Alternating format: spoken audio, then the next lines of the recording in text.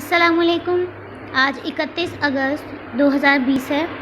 LS2 میں ہم نے جو ٹاپک شروع کیا ہے وہ ہے مضمون نویسی کا۔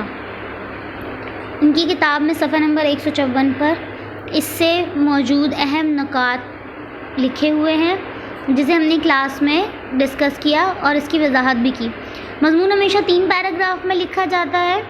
پہلے پیراگراف میں تمہید ہوتی ہے، دوسرے میں نفس مضمون اور تیسرا پیراگراف اختتامیہ ہوتا ہے۔ تمہید میں یہ مضمون کا ابتدائی حصہ ہوتا ہے جو مختصر، جامع اور دلچسپ ہونا چاہیے۔ یعنی جو عنوان دیا گیا ہے، جب آپ اس پر تمہید باندھ رہے ہیں یا اس کا آپ تعارف دے رہے ہیں تو اس میں جو بھی آپ لکھیں وہ دلچسپ ہونا چاہیے کہ پڑھنے والے کی دلچسپی اس میں بن جائے تاکہ وہ آپ کے اگلے پیراگراف تک آ سکے۔ مضمون کے عنوان یا موضوع کا تعارف تمہید میں کروایا جاتا ہے۔ دوسرا پیراگراف نفس مضمون، یہ مضمون کا اصل حصہ ہے جس میں موضوع کے مواد کو پیش کیا جاتا ہے۔ مضمون کے اہم نکات کو ترتیب اور تسلسل سے پیش کرنا چاہیے۔ محض طول دینے کی خاطر نکات کو دہرانے یا غیر ضروری باتوں کو شامل کرنے سے گریز کیجیے۔ یہ صرف مضمون میں ہی نہیں، آپ کوئی بھی تحریر لکھ رہے ہوں اس میں اگر جملوں کو یا لفظوں کو بار بار دہرایا جائے تو اس سے بہت غلط تاثر پیدا ہوتا ہے اور پڑھنے والے کو کوفت ہونا شروع ہو جاتی ہے، اس میں کوئی دلچسپی باقی نہیں رہتی، دلچسپی کا عنصر ضائع ہو جاتا ہے۔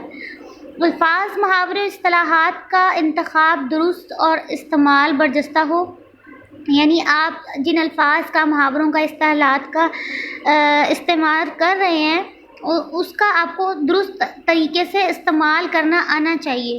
یعنی ایسا نہیں ہو کہ محاورہ آپ نے کوئی اور استعمال کر دیا، اس کا کوئی جوڑ توڑ نہیں بن رہا جملے کی مناسبت سے۔ پیراگراف نمبر 3 اختتامیہ، یہ مضمون کا آخری حصہ ہے جو تمہید کی طرح مختصر اور جامع اور مکمل ہونا چاہیے۔ اس میں مضمون کی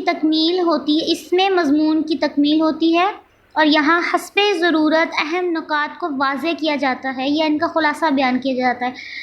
اوپر 2 پیراگراف میں جو بات کی گئی اس کا خلاصہ بھی آپ بیان کر سکتے ہیں، اس میں آپ رائے بھی دے سکتے ہیں، کوئی نتیجہ بھی اخذ کر سکتے ہیں، اور اس سے متعلق کوئی شعر یا قول آپ کو ملتا ہے تو آپ وہ بھی لکھیں تو اس کا بہت اچھا تاثر پڑتا ہے۔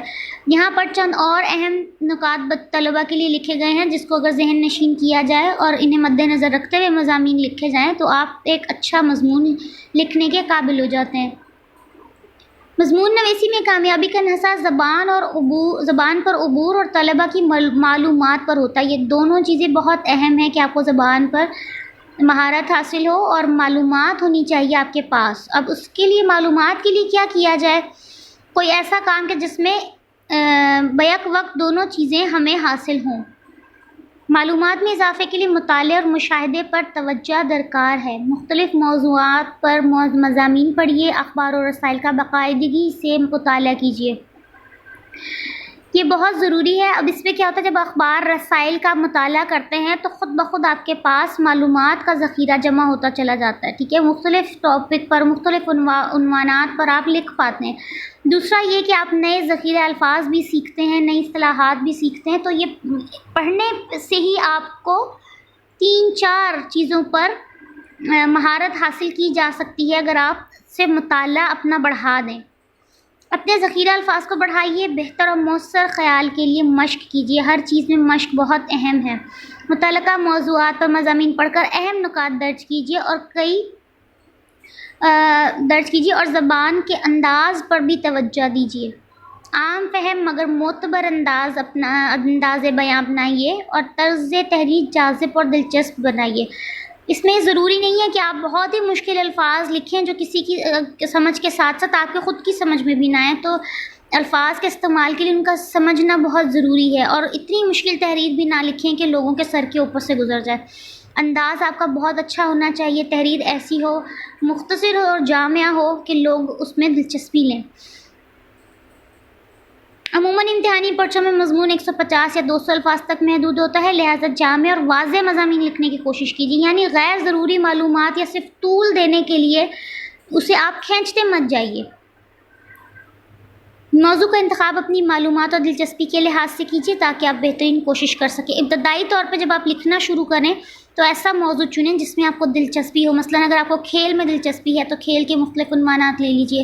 اگر آپ کو باغبانی میں دلچسپی ہے تو اس میں لے لیجئے. کوئی اور آپ کا مشغلہ ہے تو اپنے مشغلے یا اپنی دلچسپی کے مطابق آپ عنوانات چن سکتے ہیں اور اس پہ لکھیں. موضوع کے متعلقہ نکات پہلے لکھ کر ان کا خاکہ ترتیب دیجیے اور پھر اس خاکے کو مضمون میں ڈھال لیا کریں. مضمون کے مواد میں تسلسل ہونا چاہیے، یعنی رکاوٹ نہیں ہو، کہیں پر ایسا نہ لگے کہ کوئی چیز رک گئی یا ایک نئی چیز شروع ہو گئی. اب اس کے لیے آسان یہ ہے کہ جیسا یہاں کہا گیا کہ خاکہ بنائیے. مائنڈ میپنگ انگریزی میں کہا جاتا ہے لفظ کہ اگر آپ کو کوئی ٹاپک دیا گیا ہے، مثلاً اگر کھیل ہے، ٹھیک ہے، تو آپ اس سے متعلق آپ کے ذہن میں جو جو چیزیں آ رہی ہیں وہ آپ لکھتے جائیے. آپ اس کا کلاؤڈ جسے کہتے ہیں انگریزی میں وہ بنا لیں کہ اس کے ایک تو ورزش ہوتی ہے آپ کی، ٹھیک ہے، اور مختلف طرح کے کھیل ہوتے ہیں جس میں آپ کی ذہنی ورزش بھی ہوتی ہے، جسمانی ورزش بھی ہوتی ہے. اس کے فوائد کیا ہیں، ٹھیک ہے، نقصانات کیا ہیں. اس طرح سے اگر آپ ان کو بنا لیں اور پھر آپ ان کو تقسیم کر لیں کہ آپ نے کون سے جو پوائنٹس ہیں ان کو آپ نے تمہید میں لکھنا ہے، نفس مضمون میں لکھنا ہے یا اختتامیہ میں لکھنا ہے، تو اس سے بہت آسانی آپ کو پیدا ہو جاتی ہے جب آپ ایک خاکہ بنا لیتے ہیں. کوئی بھی تحریر، چاہے مضمون لکھیں، رپورٹ لکھیں، یا پھر آپ خلاصہ نگاری کر رہے ہیں، کچھ بھی لکھیں تو اس سے آپ کو بہت مدد ملتی ہے. تو امید ہے کہ طلباء کو مضمون نویسی کے لیے جو اہم نکات ہیں وہ سمجھ آ گئے ہوں گے. اب اسی سے متعلق ہم نے جماعت میں ایک عنوان جو ڈسکس کیا تھا وہ میں بتاتی چلوں.